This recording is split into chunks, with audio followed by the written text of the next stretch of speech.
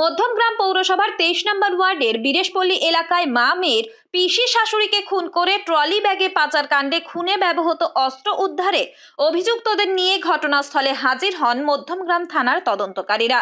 জিজ্ঞাসাবাদে অভিযুক্তরা জানান, বাড়ির পাশেই পুকুরে ফেলা হয়েছে ব্যবহৃত অস্ত্র। তাই তদন্তকারী আধিকারিকেরা এদিন ডুবুরি দলকে সঙ্গে নিয়ে পৌঁছান ঘটনাস্থলে। হ্যাঁ, দেখলাম বটি আর হাতুড়ি উদ্ধার হলো। না, ছুরিটা তো দেখলাম না, শুধু বটি আর হাতুড়ি। এই কি একটা মনে হচ্ছে, মানে কিছুই জানতে পারলাম না, এত কিছু হয়ে গেল। কিন্তু হ্যাঁ, ওরা দুজনে ভীষণ ঝগড়া করতো, মাঝে মাঝে মা মেয়েতে ঝগড়া করতো। যখন আমাদের পিছন সাইডটা যেতাম, পিছন সাইডে, তখন বোঝা যেত যে ওর মা মেয়েতে ঝগড়া করছে প্রচণ্ড। এই ঘটনা ঘটাবে এটা কোনোদিনও বুঝতে পারিনি। পুকুরে ডুবুরি নামবে জানতে পেরেই যেন আশার আলো দেখেন প্রতিবেশী শিলাসুর। এরপরই পুলিশের ঘেরাটোপ এড়িয়ে ডুবুরির কাছে গিয়ে জানান নিজের অনুরোধের কথা। জানেন কি সেই অনুরোধ? 6 আনা সোনার আংটি ও একটি রূপোর আংটি হারিয়ে গিয়েছে এই পুকুরে, খুঁজে দিন প্লিজ।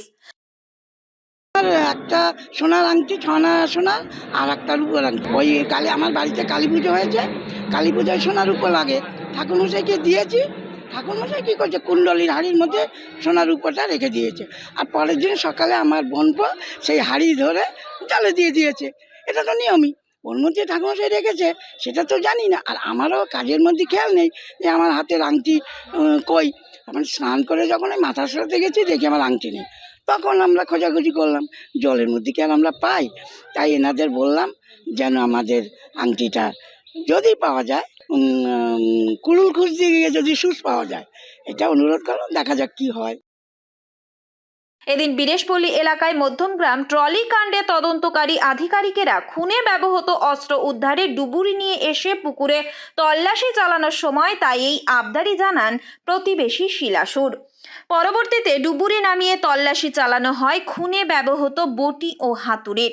ঘটনাস্থলে কিছুটা দূরেই দাঁড়িয়ে থাকতে দেখা যায় অভিযুক্ত মা আরতি ঘোষ ও মেয়ে ফাল্গুনী ঘোষকে। তারাই দেখিয়ে দেন কোথায় ফেলা হয়েছিল খুনে ব্যবহৃত অস্ত্র। তারপরই ডুবুরি নেমে মাত্র 15 মিনিটের মধ্যেই উদ্ধার হয় সেগুলি। এলাকার প্রতিবেশীরাও ভিড় জমান দেখার জন্য।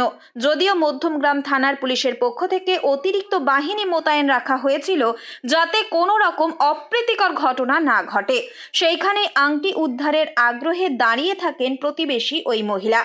যদিও শেষ পর্যন্ত ডুবুরি তার আংটি খুঁজে দিতে পারেনি, তাই কিছুটা হলেও আশায় জল পড়ল শিলাদেবীর।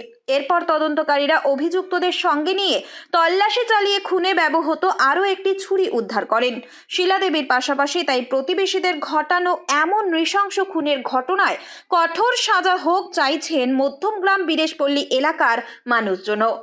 উত্তর 24 পরগনা থেকে রুদ্র নারায়ণ রায়ের রিপোর্ট, লোকাল 18 বাংলা।